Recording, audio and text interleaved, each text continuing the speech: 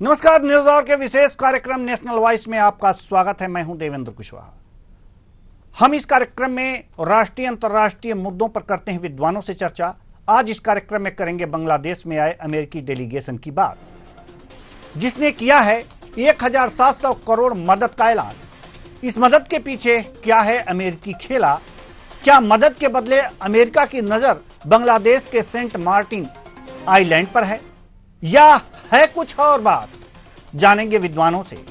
तो आइए शुरू करते हैं नेशनल आवर।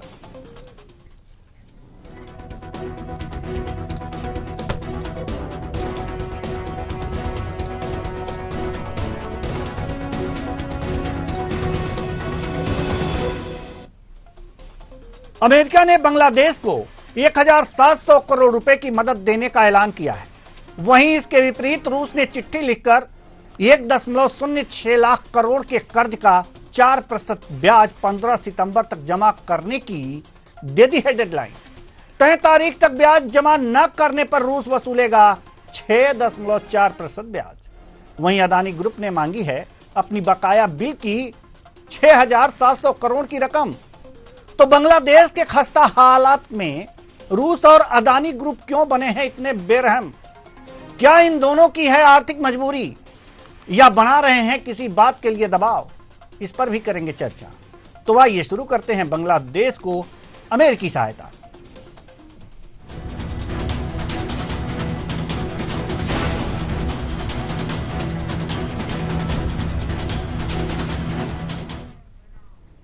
बांग्लादेश में तख्तापलट के बाद पहली बार किसी अमेरिकी डेलीगेशन ने ढाका का दौरा किया है।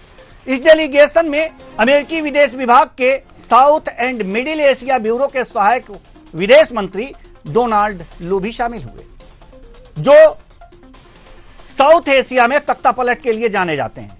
ढाका में बांग्लादेश की अंतरिम सरकार के चीफ एडवाइजर मोहम्मद यूनुस ने इस डेलीगेशन के साथ मीटिंग की। मीटिंग के दौरान यूनुस ने बांग्लादेश के हालातों को पटरी पर लाने, देश में रिफॉर्म करने और चुराई गई संपत्तियों की वापसी के लिए अमेरिका से मदद मांगी।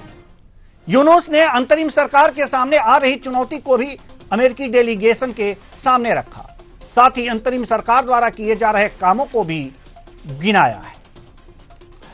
अब बात करते हैं इस मदद के लिए बांग्लादेश के वित्त मंत्रालय के एडिशनल सेक्रेटरी AKM शहाबुद्दीन और अमेरिकी अंतर्राष्ट्रीय विकास संस्था USAID के डायरेक्टर रीड जे एस्लीमन ने ढाका में एग्रीमेंट साइन किए।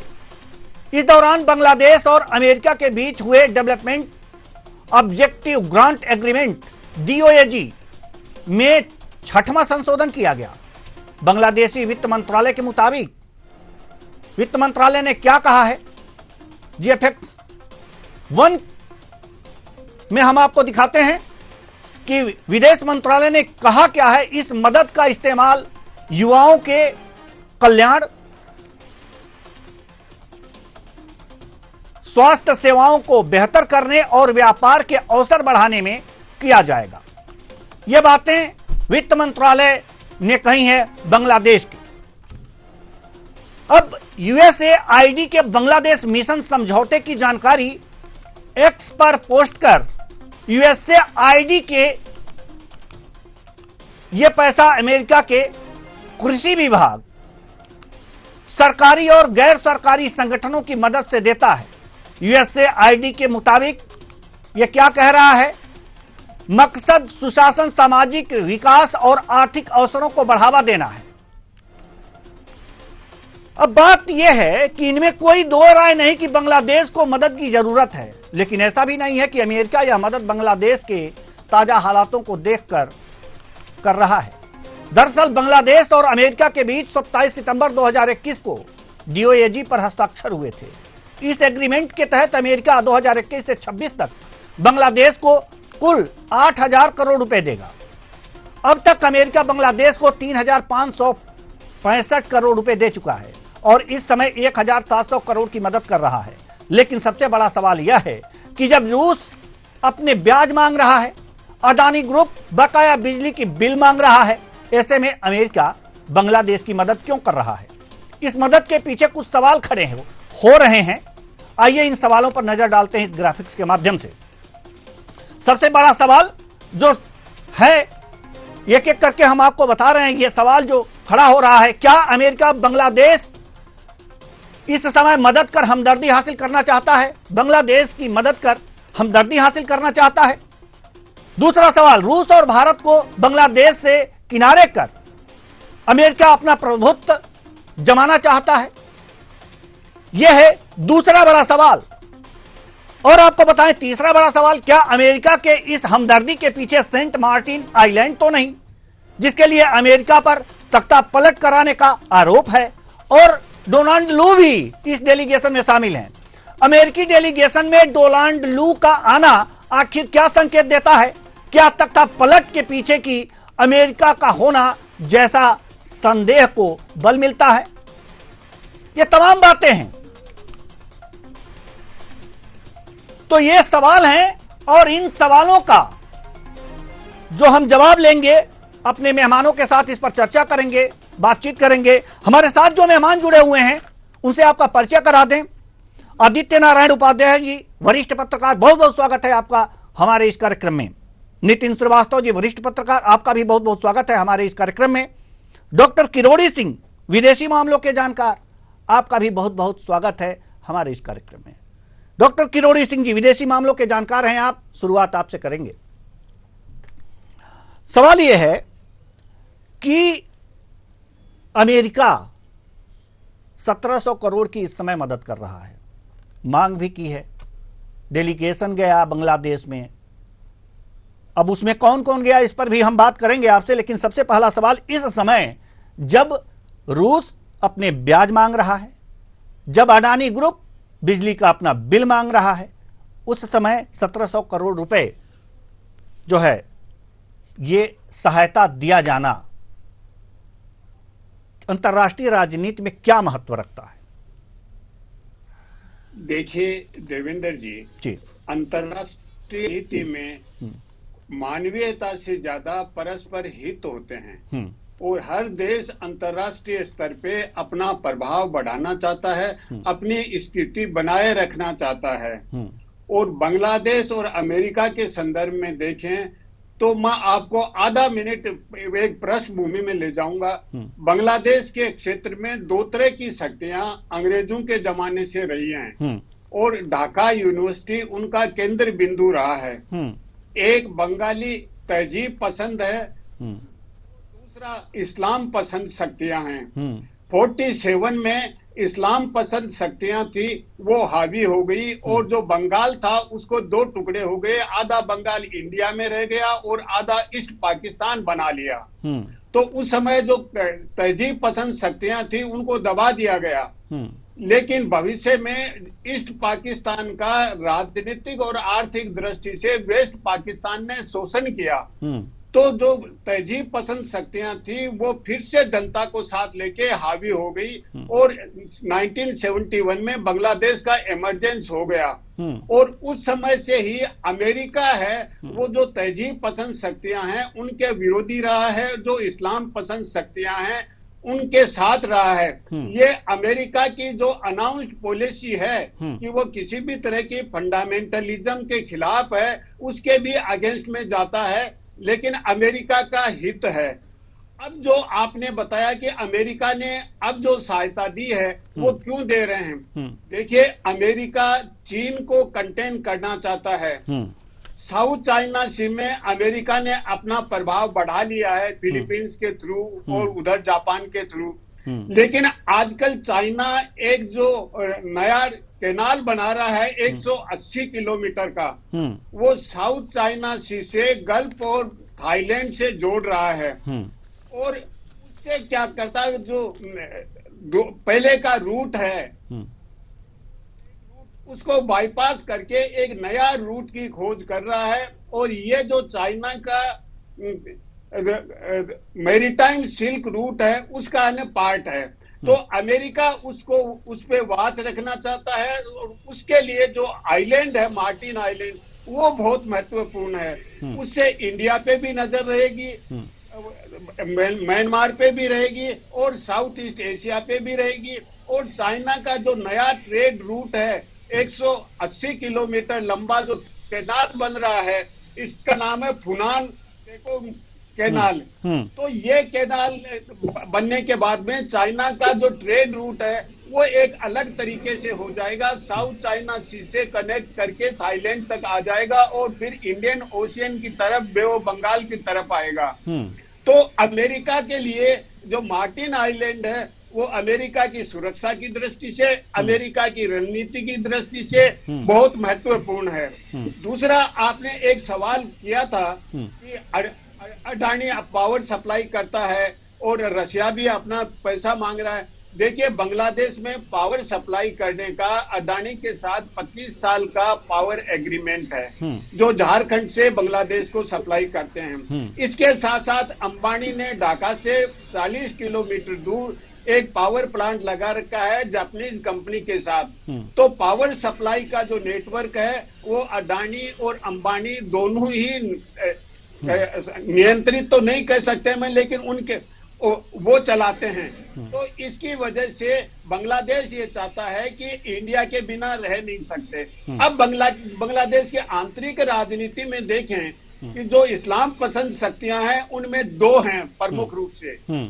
एक बीएनपी है जो खालिदा जिया की पार्टी है और एक जमाते इस्लामी है। दोनों में भी कुछ डिफरेंस है।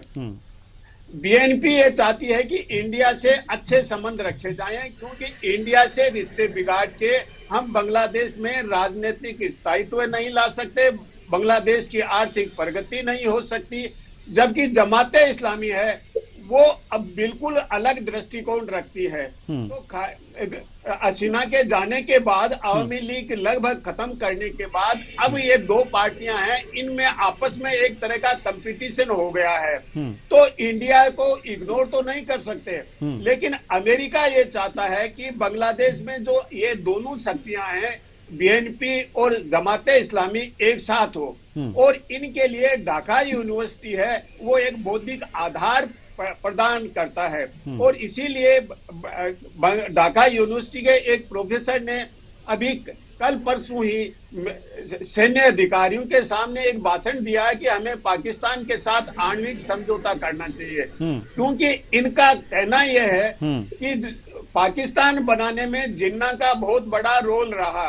अगर होते तो ईस्ट पाकिस्तान नहीं बनता, ईस्ट पाकिस्तान नहीं बनता तो बांग्लादेश नहीं बनता। और इसीलिए अभी कुछ पिछले हफ्ते ही जिन्ना की जो बरसी थी, पुण्यतिथि, उसको सेलिब्रेट किया है। तो शेख मुजीबुर रहमान का जो रोल है लिबरेशन में, फादर ऑफ द नेशन के रूप में, उसको एराज करके वापस जिन्ना के रोल को ला रहे हैं। क्योंकि ढाका यूनिवर्सिटी का ने जो बौद्धिक आधार प्रदान किया है वो इस तरह का है कि बंगाली जो कल्चर है, तहजीब है, वो तो हिंदू तहजीब है। और ये 18वीं और 19वीं शताब्दी में जो पुनर्जागरण हुआ वो हिंदुओं के द्वारा था, उसमें मुस्लिम नहीं थे। इसलिए तहजीब तो केवल हिंदुओं की होगी, बंगाली हिंदुओं की, उसमें इस्लाम नहीं आता है। तो इस्लाम वाले अपना अलग एक नैरेटिव बना रहे हैं और उसमें पाकिस्तान वापस ला रहे हैं कि पाकिस्तान बनाने वाले जिन्ना थे, अगर पाकिस्तान नहीं बनता तो बांग्लादेश भी नहीं होता। तो एक अलग तरह का नैरेटिव बौद्धिक लेवल पे तैयार हो रहा है। और अमेरिका मदद इसलिए करता है कि अमेरिका का अपना हित है, ऐसा नहीं है कि कोई मानवीय मदद है। कि अमेरिका का हित मार्टिन आइलैंड्स में है और बांग्लादेश के द्वारा वो उन जो इंडियन ओशियन है, बे ऑफ बंगाल है और साउथ चाइना सी, तीनों पे वाच कर सकता है। तो यह है देवेंद्र जी। जी, हम आएंगे आपके पास। हमारे साथ आदित्य नारायण उपाध्याय जी भी हैं, वरिष्ठ पत्रकार हैं। आदित्य नारायण उपाध्याय जी, पूरा ब्यौरा दे दिया किरोड़ी सिंह जी ने, डॉक्टर किरोड़ी सिंह जी ने पूरा ब्यौरा दे दिया एक तरह से बांग्लादेश का। लेकिन सवाल ये है कि जो अमेरिका, जैसे कि अभी इन्होंने बताया भी कि अमेरिका अपना हिस्सा ना चाहता है और सेंट मार्टिन जो आइलैंड है इसको प्राप्त करना चाहता है इस मदद के द्वारा। तो क्या यह माना जाए कि इस समय जो रूस और भारत की जो स्थिति बांग्लादेश में थी वो लगातार कम हो रही है और अमेरिका इस प्रभाव को लगातार कम करने की कोशिश कर रहा है और उसमें कुछ हद तक सफल भी है?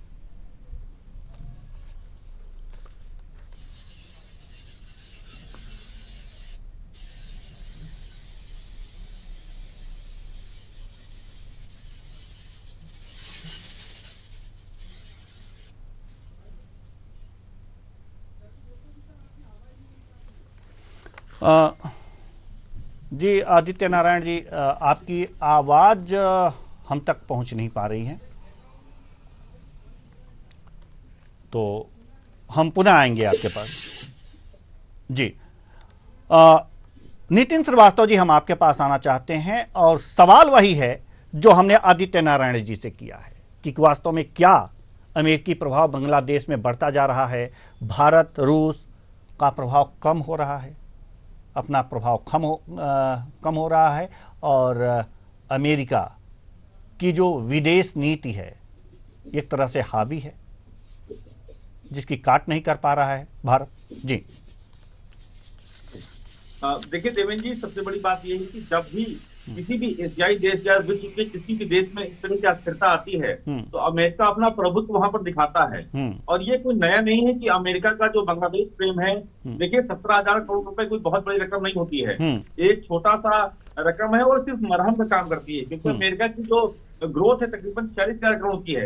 ऐसे में 1,700 करोड़ रुपए कोई बहुत बड़ी रकम नहीं है जिससे कि अमेरिका पूरी तरीके से बांग्लादेश पर अपना हुकूमत कर पाएगा। लेकिन मनोवैज्ञानिक दबाव देने के लिए साथ ही साथ पड़ोसी देश जो हैं, चाहे वो भारत हो चाहे वो पाकिस्तान हो, उनको भी संदेश देने के लिए इस तरह के कदम अमेरिका अपनी कूटनीति के जरिए उठाती रही है। सबसे बड़ी बात यह है कि आपने देखा होगा कि जिस तरह से अस्थिरता श्रीलंका में आई थी, तमाम अन्य देशों में आई थी, उस अमेरिका अपने आप जो पहल है वो करता आया है। रूस अमेरिका का मुख्य प्रतिद्वंदी है तो रूस ने अपना अलग दावा ठोका है।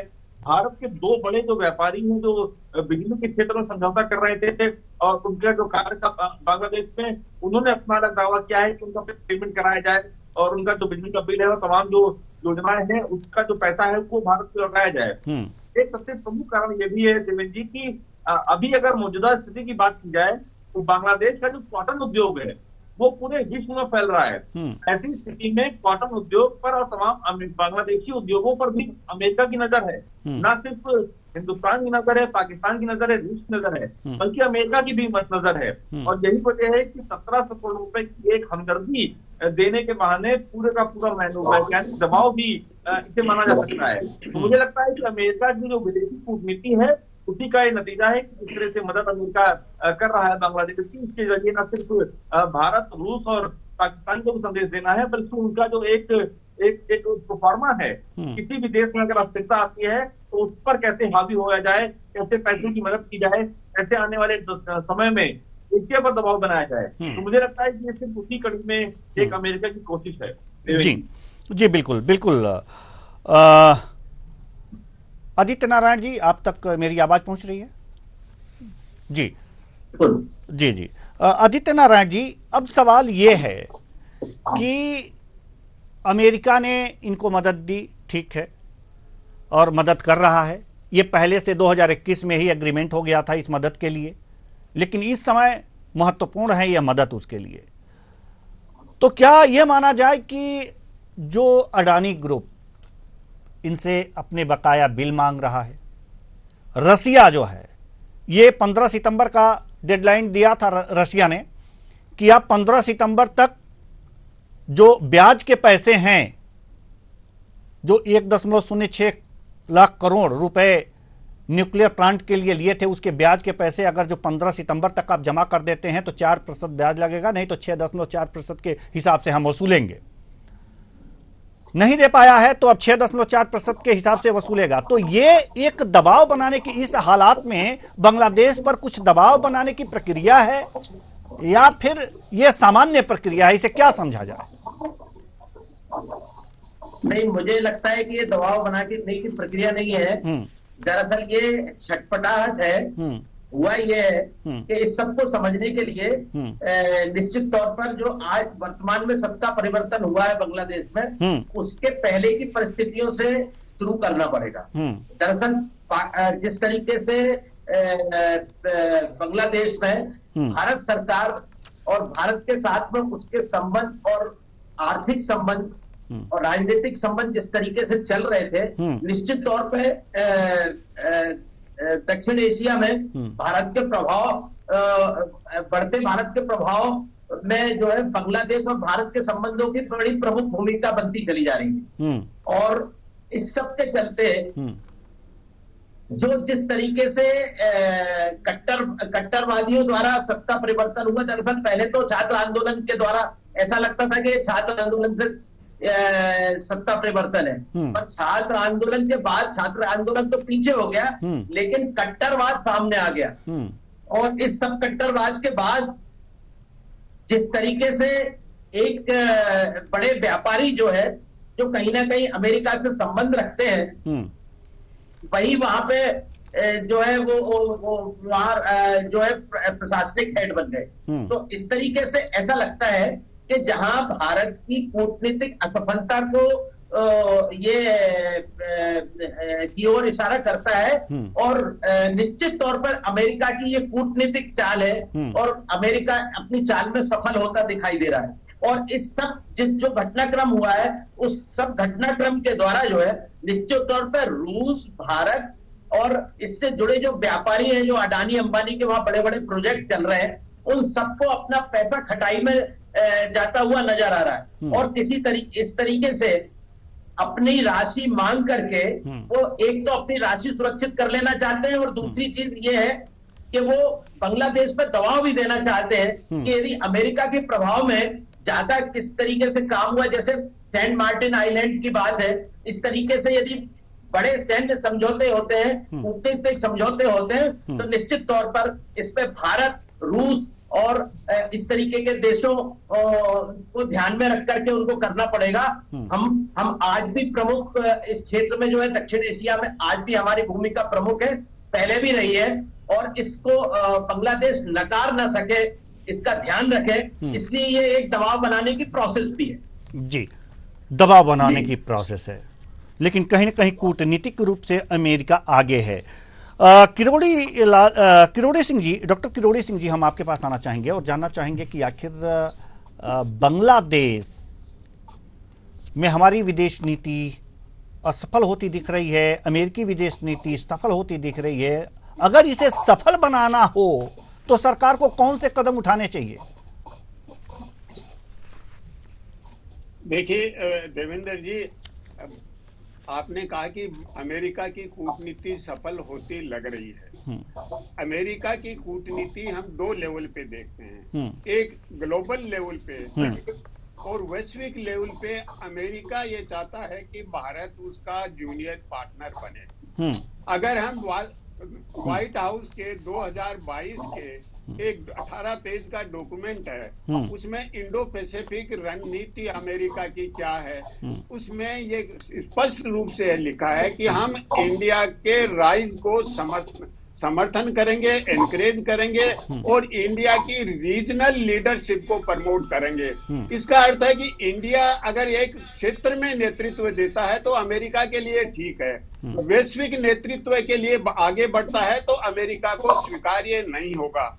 एक दूसरा जो वैश्विक स्थिति है वो ये है कि ब्रिक्स सबसे अच्छा और सबसे बड़ा ग्लोबल साउथ का संगठन है, और इसमें ब्रिक्स के 5 देशों में से 4 जो प्रमुख देश हैं वो अमेरिका से ज्यादा सहानुभूति नहीं रखते, बहुत ज्यादा वोकल हैं अमेरिका के अगेंस्ट में। साउथ अफ्रीका, ब्राजील, रशिया और चाइना। इंडिया संतुलन बनाने का प्रयास कर रहा है, इसलिए अमेरिका की कूटनीति यह है कि इंडिया को कहीं न कहीं साथ रखा जाए। ये तो ग्लोबल लेवल पे अमेरिका की नीति है। क्षेत्रीय लेवल पे अमेरिका ये चाहता है जो इंडिया के पड़ोसी देश हैं उन पे भारत का बहुत ज्यादा प्रभाव न बढ़े। भारत का प्रभाव तो रहे, भारत नेतृत्व तो करे, लेकिन इतना प्रभाव नहीं हो कि वो भारत के अंधभक्त या पिछलग्गू बन जाएं। इसलिए इनकी वो मदद भी किसी न किसी रूप में करेगा। तो अभी जो आर्थिक सहायता की बात हुई है उसमें अमेरिका के आर्थिक मामलों के असिस्टेंट सेक्रेटरी के साथ साथ जो कूटनीतिक मामलों के दक्षिण और केंद्रीय एशिया के डोनाल्ड लू हैं वो भी साथ हैं। तो वो आर्थिक मामलों के नहीं हैं, वो कूटनीतिक मामलों के हैं। तो जो आर्थिक दृष्टि से वहां बातचीत हो रही है उसके साथ साथ कुछ कूटनीतिक मसले भी निश्चित रूप से डिस्कशन हो रहे में होंगे, क्योंकि डोनाल्ड लू अब बांग्लादेश में जनवरी में चुनाव हुए थे, उसके पहले आए थे और चुनाव के बाद मई में आए थे और उन्होंने ये कहा था कि मैं तो मानव अधिकारों के बारे में, उनके बारे में जानने के लिए आया हूं, लेकिन उनका कूटनीतिक प्रभाव पहले से है और डोनाल्ड लू का भूमिका है अलग अलग देशों में, वो बहुत ही यूं कहना चाहिए कि कंट्रोवर्शियल है। और डोनाल्ड लू इससे पहले भी अमेरिका की एम्बेसी में भारत में 1996 से 2000 तक और 2010 से 13 तक रह चुके हैं, तो वो यहाँ की कूटनीति को, यहाँ की राजनीति को अच्छी तरह से जानते हैं। तो अब वो बांग्लादेश को अमेरिका के साथ ले जाकर ये करना चाहते हैं कि बांग्लादेश अमेरिका का अलाई बन जाए, मित्र बन जाए। लेकिन ये बांग्लादेश जानता है, बांग्लादेश की सरकार जानती है कि भारत की अर्थव्यवस्था के साथ बांग्लादेश की अर्थव्यवस्था अच्छी तरह मिली हुई है और बांग्लादेश की अर्थव्यवस्था ने हसीना के पीरियड में जो प्रगति की है वो भारत की मदद से ही की है और सबसे तेज गति से बढ़ती हुई अर्थव्यवस्था थी। अब जो शक्तियां हैं वो ये कह रहे हैं कि जुलाई में क्रांति हुई है, ये क्रांति नहीं, बांग्लादेश की अर्थव्यवस्था को बिल्कुल खत्म कर दिया है। वहां की टेक्सटाइल इंडस्ट्री थी जो सबसे ज्यादा एक्सपोर्ट करती थी, फॉरेन करेंसी अर्न करती थी, वो लगभग खत्म हो गई है। तो बांग्लादेश भारत के साथ रिश्ते तो अच्छे चाहेगा, लेकिन अमेरिका प्रभाव अपने जो सुरक्षा संबंधी है रणनीतिक प्रभाव बढ़ाना चाहता है और मदद का उद्देश्य मानवीय न होकर अमेरिका की रणनीति है, अमेरिका की सुरक्षा है, वही अमेरिका का उद्देश्य है। तो अमेरिका भारत को भी साथ रखना चाहता है, बांग्लादेश को भी साथ रखना चाहता है, लेकिन वो एक संतुलन बना के चीन के प्रभाव को कम करने का प्रयास करता है। तो इसको हमें इस रूप में नहीं देखना चाहिए कि अमेरिका मदद कर रहा है इसलिए भारत अपना पैसा मांग रहा है, अडानी अपना पैसा मांग रहा है या रशिया अपना पैसा मांग रहा है। वो तो एक सामान्य प्रक्रिया है आर्थिक मामलों में, लेकिन अमेरिका अपना प्रभाव आर्थिक मदद के द्वारा बढ़ाना चाहता है और अपना हित पूरा, अमेरिका का कोई आर्थिक हित बांग्लादेश में नहीं होगा, आर्थिक हित पूरा नहीं होने वाला, लेकिन अमेरिका का जो सामरिक और सुरक्षा संबंधी हित है, क्योंकि अमेरिका दुनिया को नेतृत्व देना चाहता है और जो दुनिया का लीडर बना रहना चाहता है, उसको सबसे बड़ी चुनौती चीन से है, भारत से नहीं। तो भारत को क्षेत्रीय लीडर के रूप में अमेरिका स्वीकार करता है, लेकिन ग्लोबल लीडर अमेरिका स्वीकार नहीं करेगा। जी देवेंद्र जी। ग्लोबल लीडर अमेरिका स्वीकार नहीं करना चाहता है भारत को, लेकिन चाइना के खिलाफ जो है भारत के साथ मिलकर के काम करना चाहता है। नितिन श्रीवास्तव जी, बड़ा ही विरोधाभास है, लेकिन इसमें एक चीज है कि आखिर तो बांग्लादेश में लू आए हैं कई बार, जैसे कि अभी किरोड़ी सिंह जी ने कहा कि कई बार लू आए, तख्ता पलट हो गया। तख्ता पलट के लिए ये जाने जाते हैं, कूटनीतिक बातें भी हुई होंगी, जैसा कि अभी किरोड़ी लाल जी कह ही रहे थे, किरोड़ी सिंह जी कह ही रहे थे कि कूटनीतिक बातें भी हो रही होंगी। ऐसे में भारत के सामने विकल्प क्या बचता है कि अमेरिका की इस मामले में जय करता रहे और साथ ही साथ बांग्लादेश पर भी अपना प्रभाव बनाए, और वो किस तरह से होगा? नितिन जी। देखिए देवेंद्र जी, सबसे प्रमुख बात जो है, 3 प्रमुख जो मुद्दे हैं, चाहे वो एक विदेशी कूटनीति हो, आर्थिक कूटनीतिक हो या फिर राजनीतिक कूटनीति हो, भले ही आर्थिक और रूप से भारत सशक्त हो, लेकिन विदेशी कूट मामले में कहीं ना कहीं भारत जो है अमेरिका के मुकाबले पीछे हुआ है। एक प्रमुख बात ये भी ध्यान में रखनी होगी कि तकरीबन भारत की और बांग्लादेश में 54 ऐसी नदियां हैं जो कि एक दूसरे बॉर्डर से होकर के जाया करती हैं, गंगा और ब्रह्मपुत्र भी हैं। दूसरा सबसे प्रमुख कारण ये भी है कि एशिया का सबसे बड़ा भारत का जो व्यापारी समझौता है वो बांग्लादेश से है। तो ये बात हम लोगों को नहीं भूलना चाहिए कि आखिरकार आर्थिक स्थिति अगर अमेरिका भले कर दे, विदेशी कूटनीतिक रूप से भले दबाव बना ले, लेकिन भारत को झुका नहीं सकता है। यही वजह है कि लगातार भारत, इसके पहले इसने आपने देखा होगा कि जब वहां पर तख्ता पलट हुआ तो एक तीव्रता बनाई गई, कॉम्प्रिहेंसिव इकोनॉमिक बनाया गया, वहां पर एक फोरम बनाया गया जिसके तहत बांग्लादेश और भारत का जो समझौता है उसको और कैसे बढ़ाया जाए उस पर बातचीत हुई है। अब बांग्लादेश का जो कॉटन उद्योग है वो हिंदुस्तान के बड़े बड़े उद्योग घराने उसको ले रहे हैं और उसी के माध्यम से विदेशों तक जा रहा है। तो इस बात को भी हम छुपा नहीं सकते। तो सिर्फ एक मुद्दा देखा जाए कि कूटनीतिक मुद्दे को छोड़ करके आर्थिक और सामाजिक और साथ ही साथ राजनीतिक मुद्दा जो है वो भारत का भी मजबूत है, और ये जो मदद है ये सिर्फ एक मध्यम के रूप में है। और अमेरिका की ये एक कहा जाए तो एक उनका जो स्ट्रक्चरल ढांचा है किसी भी देश को अस्थिर को उनको मदद करके उन पर दबाव बनाने का, ये सिर्फ और उसी दृष्टि में देखा जाए तो ये मेरे ख्याल से ज्यादा बेहतर होगा। लेकिन भारत की जो स्थिति है वो पहले जैसी मजबूत है, और भारत और बांग्लादेश का जो समझौता है बॉर्डर की स्थिति को छोड़ करके ऐसा कोई मुद्दा नहीं भारत और बांग्लादेश के बीच में जिसमें किसी भी तरह का विवाद हो। तो ऐसी स्थिति में भारत और बांग्लादेश का जो रिश्ता है वो खासा मजबूत है, और मुझे लगता है कि 17 सितंबर की मदद पर जो है वो अमेरिका उसका प्रभाव छोड़ पाएगा, क्योंकि भारत और बांग्लादेश के व्यापारिक समझौते कर रहे हैं। चलिए आदित्य नारायण जी, हम आपके पास आना चाहेंगे। सवाल यहां पर यह है कि कट्टरपंथियों की मदद सहयोग जो है अमेरिका कर रहा है, जबकि जो सही लोग हैं, इस तरह से कहा जा सकता है कि जो कट्टरपंथी नहीं हैं वो भारत के पक्ष में हैं, कट्टरपंथी अमेरिका के पक्ष में हैं। ऐसे में जो कट्टरपंथी नहीं है बांग्लादेश में, उनको अगर जो बढ़ावा मिलेगा तभी भारत का समर्थन होगा, नहीं तो कभी जिन्ना का, जैसा कि अभी किरोड़ी सिंह जी कह रहे थे, डॉक्टर किरोड़ी सिंह जी, कि कभी जिन्ना का समर्थन करेंगे, कभी और कभी अमेरिका का समर्थन करेंगे, तो भारत इसमें थोड़ा सा पिछड़ता हुआ दिखेगा। तो आखिर भारत को इस समय क्या करना चाहिए कि जो कट्टरपंथी नहीं हैं उनको बल मिले?